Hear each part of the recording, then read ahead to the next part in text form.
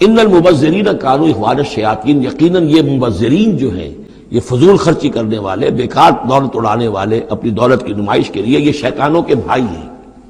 یہ کیوں ہے؟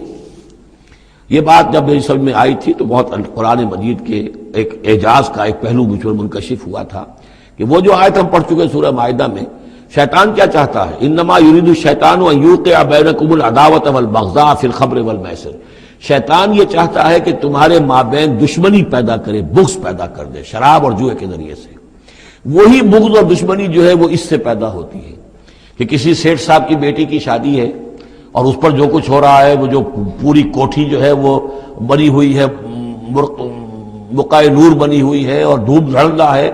اچھا اسی سیٹھ صاحب کا کوئی شوفر بھی ہوگا، کوئی پہرے دار ہوگا، کوئی مالی ہوگا، کوئی اس کا خانسامہ ہوگا، اس کی بچی شاید بوڑھی ہو رہی ہو، اس کے ہاتھ پیلے نہیں ہو رہے ہیں، کیا ہوگا اس کے دل میں؟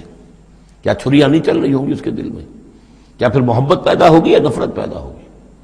پھر تو ایسا ہوگا کہ جب اس کا داؤ چلے گا یہ پیٹ پھاڑے گا اپنے اس سیٹ کا اور لے کر جائے گا۔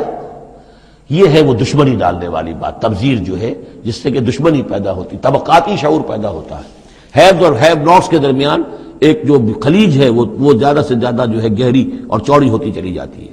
وَكَانَ الشَّيْطَانُ لِرَبِّهِ كَفُورًا، اور یقیناً شیطان اپنے رب کا بہت ہی ناشکرا تھا۔